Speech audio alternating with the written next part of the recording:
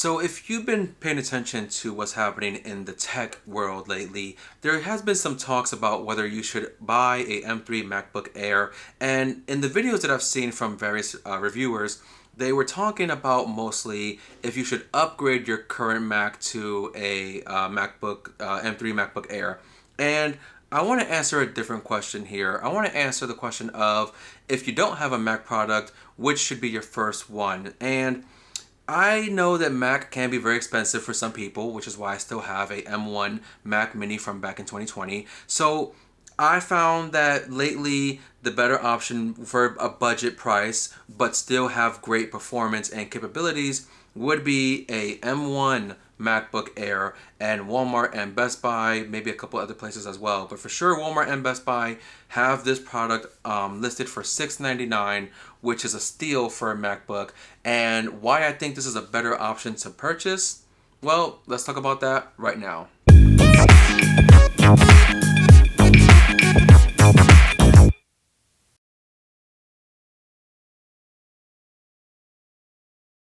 So throughout this video, I'm going to do some comparisons between the M1 MacBook Air and my M1 Mac Mini, because I've been using the Mac Mini for quite a few years now and it's still going strong. And the reason why I'm going to do some comparisons is because the specs are mostly the same with some differences between the two, and it really comes down to your preference. Now, if you want a product that you're going to keep at home and not take anywhere with you, a Mac Mini may be an option, but maybe a one with a better chip than the M1 chip. But if you want something that you can take on the go with you, then get the M1 MacBook Air. Now, when it comes to specs, like I said, it's mostly the same. They both have the M1 chip. They both are going to be very comparable with what they offer, such as an 8-core GPU. They both have 256 gigabytes of storage. But the big difference in that, however, is the M1 Mac Mini has 256 gigabytes of just hard drive storage, whereas the MacBook Air has 256 gigabytes of an SSD storage. So for those of you who don't know, an SSD or solid state drive is a much faster storage option compared to a regular hard drive. You're going to have much better speed and performance for your downloading, your file transferring, that kind of thing. And that's already a bonus. Now, with the M1 Mac Mini being a budget model desktop, you don't get a mouse and keyboard in the box. You have to buy that separately. If you're going to go the Apple route and buy Apple keyboards and mouses, that can cost you close to $100 or more per device. Keyboard 100, mouse 100, and of course you got to buy a monitor. And you're going to want a 4K monitor, which I have one, a Samsung monitor. I paid around $350 for that monitor. So you're already paying over $1,000 for a budget desktop when you can use that money towards maybe another product that would probably work better for you overall. Whereas with the MacBook Air, for $700 and whatever it costs with tax, depending on where you live, you get everything: your keyboard, your trackpad, your screen, your device, and Dolby Atmos built in, Dolby Atmos audio built in. Not many products really have Dolby Atmos that I can find. I don't own any other product with Dolby Atmos except for this one, and it really does show you're getting really great audio with the M1 MacBook Air. Of course, you're going to have your Retina display, but it's going to be a 1080p display, not so much a 4K display. I don't know many portable devices like laptops that have a 4K display. If they exist, it probably costs a lot.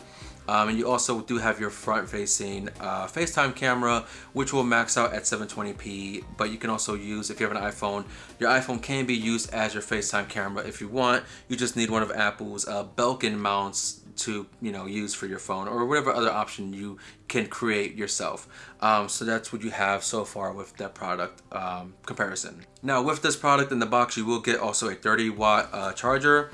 And it's going to be, of course, USB-C to USB-C, and it's pretty great. The battery life is going to last you anyway. You get about 18 hours of battery with the MacBook Air, and charging it is going to be really great no matter what. It'll charge it quickly, it'll stay charged when you have it plugged in, obviously. So battery life is not a problem whatsoever. But do keep in mind, by going between a desktop and a laptop, especially a MacBook Air budget model, entry-level option, you are making some sacrifices, one of which is your ports. So on the M1 M1 Mac Mini desktop, you're gonna have your 3.5mm headphone jack, two USB-A ports, two USB-C or Thunderbolt ports as Apple calls it, as well as your Ethernet port, your HDMI, and of course the power cable port. Whereas on the M1 MacBook Air, you're only gonna have a 3.5mm jack for your headphones and two USB-C or Thunderbolt ports on the side. And the reason why it's not a big deal is because by saving money and buying a MacBook, you can then use money to buy something like this. It's a USB-C hub from Anker. You just plug in the two USB-C ports into the side of the MacBook, and that will give you more ports on the side to work with, such as your Thunderbolt port for your charging, a USB-C port for your file transfers if you have those capable flash drives, of course 2 USB-A ports, your HDMI port, and a SD and micro SD card reader. So if you're someone like me who uses a camera to make your videos, you can take out your SD card, put it into this hub, and copy your files over. Now they do make other products. Other companies have similar products to this with different designs and different kind of ports available. Ones that do have a Ethernet port built in, if you want to go that option. So you can pick and choose what you want to use. I only just use Anker because I trust Anker for their products and their chargers. I'm not sponsored by Anker, so this is not a sponsored video obviously, but this one cost me about 35 bucks or so. There's some for like 20 bucks around that price range, so you decide which one you want to go with. I also did get a case for mine from Amazon. It's like $15 case, just a plain kind of clear black case, and I put a Spider-Man sticker on the front. And although it does kind of block the ports on the side for my USB-C hub, I just flip it around the other way and put it the long way and just plug it in like so, and it sits on the desk anyway, so no problem there. Now, performance is a big thing. You want to talk about performance, you want to get the best performance out of your product. This does have a fanless design. It's going to be very quiet. It's not going to be a jet engine type of sound when you do your productivity, your projects. But this thing can handle a lot of products and tasks at the same time. I had tasks running such as watching Netflix, copying files, and downloading some other files. And while I was listening to audio, whether it was music or Netflix, the only problem I had was if there was a multiple task running simultaneously, you have some audio hiccups every once in a while once a task is completed, but it wasn't world ending. It's just every once in a while for like a quick half a second. So there's not a problem there whatsoever. With audio, as I did say earlier, it does have Dolby Atmos built in, which is awesome. It sounds really great. But if you're going to use AirPods, for example, Apple does have that option where AirPods will jump from one device to the other seamlessly when you play audio on the other device. However, with my M1 Mac Mini, I've had problems of my AirPods not jumping back and forth as they should. But with the MacBook Air, no problems whatsoever. It jumps seamlessly, flawlessly, and I think it has to do with the MacBook Air's Bluetooth capabilities. Because when it comes to pairing something like a DualSense controller to my Mac Mini for some games, I have to constantly, each time I want to use it on a different day, I have to forget the controller from my Bluetooth list, put this in pairing mode, and then repair it to the Mac Mini. But on the MacBook, I just got to turn this on, and I'm back into the MacBook Air connection with the controller like that. No problems, no reconnecting, no nothing. It just connects once I turn it on, which is great. Now, speaking of gaming, yes, you can game on this. Kind of, because it is Apple. So you can do the Apple Arcade stuff or the App Store games, like I have Max Payne and Bully, and also I have the Grand Theft Auto trilogy. The Apple Arcade games that I might want to download, which I probably won't. Steam does have some Apple games that work, just based on the specs and what games are approved for Apple. And of course, you have the option for emulators if you can do it legally, and PlayStation Remote Play. I'm not very big on PlayStation Remote Play, but I did try Spider-Man 2 remotely on this. And of course, it does also matter on your internet speed and connection, and I have great internet connection, but Remote Play is still not perfect. So I did still have some connection issues with Remote Play, but it took roughly 10 or so minutes for it to happen, and then it only lasted for a few seconds before it went back to just perfect streaming quality for Remote Play. So this thing can handle some games, and that's pretty cool if you want to go that option. And again, with the SSD, your files for gaming or whatever you want to do is going to be much quicker to download anyway, so that's pretty awesome. Now, one thing I do love about this product as well is it does have a Touch ID button, so you can do like your password unlocks with the Touch ID, or if you're gonna buy a product online, instead of putting your card information, you can just use Touch ID. When it comes to unlocking your computer, you can do Touch ID, or even like an Apple Watch, it'll unlock with your Apple Watch if you're wearing it. No problems there. That's pretty awesome.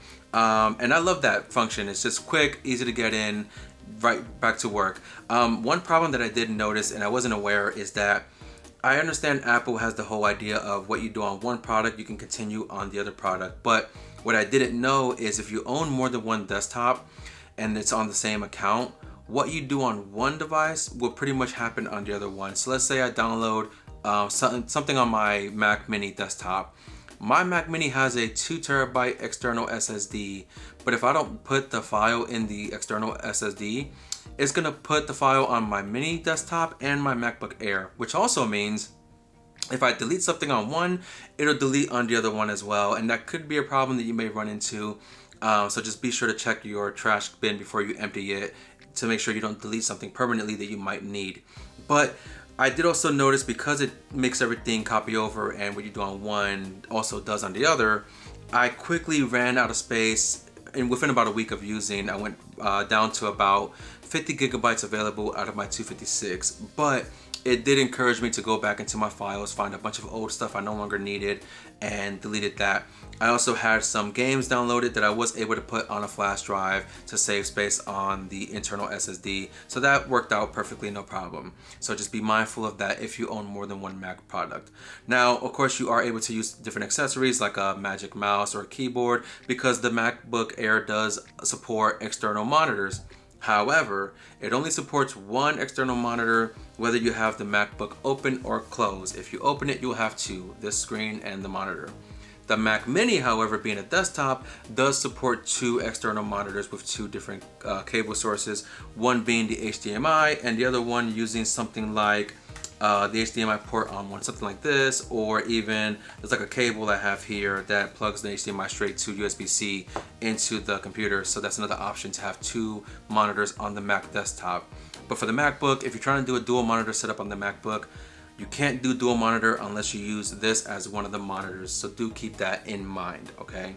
And of course, you also have your light up keyboard built into this product, which is pretty great, whereas Apple's external Bluetooth Magic Keyboard for my Mac Mini doesn't light up, so I have to have a light source pointing down to see what I'm typing. So do keep that in mind also as well. Speaking of different productivity you want to do, whatever task you're trying to accomplish, whether it's gaming or creating anything, there's so much you can do with this product. Even where if you want to get an iPad as an option, there's a lot you can do with an iPad, sure, but as an actual computer, there's much more you can do with a computer. You can do your gaming, you can be a DJ if you want. I am currently practicing DJing. I'll get into that whole thing somewhere else, but you know, there's gaming, DJing, productivity, whether it's, you know, note taking or PowerPoint creating, whatever that you want to do with that. You can't really, I guess, draw on it. You can't use an Apple Pencil on it, which is a bummer. I think Apple should make a MacBook that has a touchscreen for Apple Pencil, but again, another topic for another video. But there's a lot you can do with this type of device, but not only things you can do on its own, but things you can do simultaneously, which is pretty damn great if you ask me. And again, it's all for a lower price. It's $699 compared to other Apple products that cost over $1,000, where you can do pretty similar things. It's just based on what you're trying to accomplish. Now, you can also do some video editing on this product as well. Obviously, I did edit 2 of my videos on the MacBook Air, and what it came down to ultimately was, although the editing process was mostly the same format, same setup, I use LumaFusion to edit my videos. When it came to exporting my videos, because of the built-in SSD, it was a much faster process of exporting it and then getting the video ready to upload to YouTube, which is awesome, because on my Mac Mini it can sometimes take a while to export the video, which can be bothersome. But again, I don't have an external SSD on this one yet, so I would either have to upload it from here and then copy it over to my Mac Mini, which it should already be on my Mac Mini anyway, because of the whole, you know, what you do on one is on the other. But you may come into a problem where you will run out of space because you ran out of hard drive space by editing too many videos. But ultimately, the process was great. It was quick, it was easy. just exporting was awesome. And you do have other options for accessories like a microphone for a podcast. You can just use like the USB hub and plug in your microphone. So it came down to where I rather edit videos on my Mac Mini because of my current setup, but it is a bit faster to do it on this, and I can do editing on the go with this if I want to.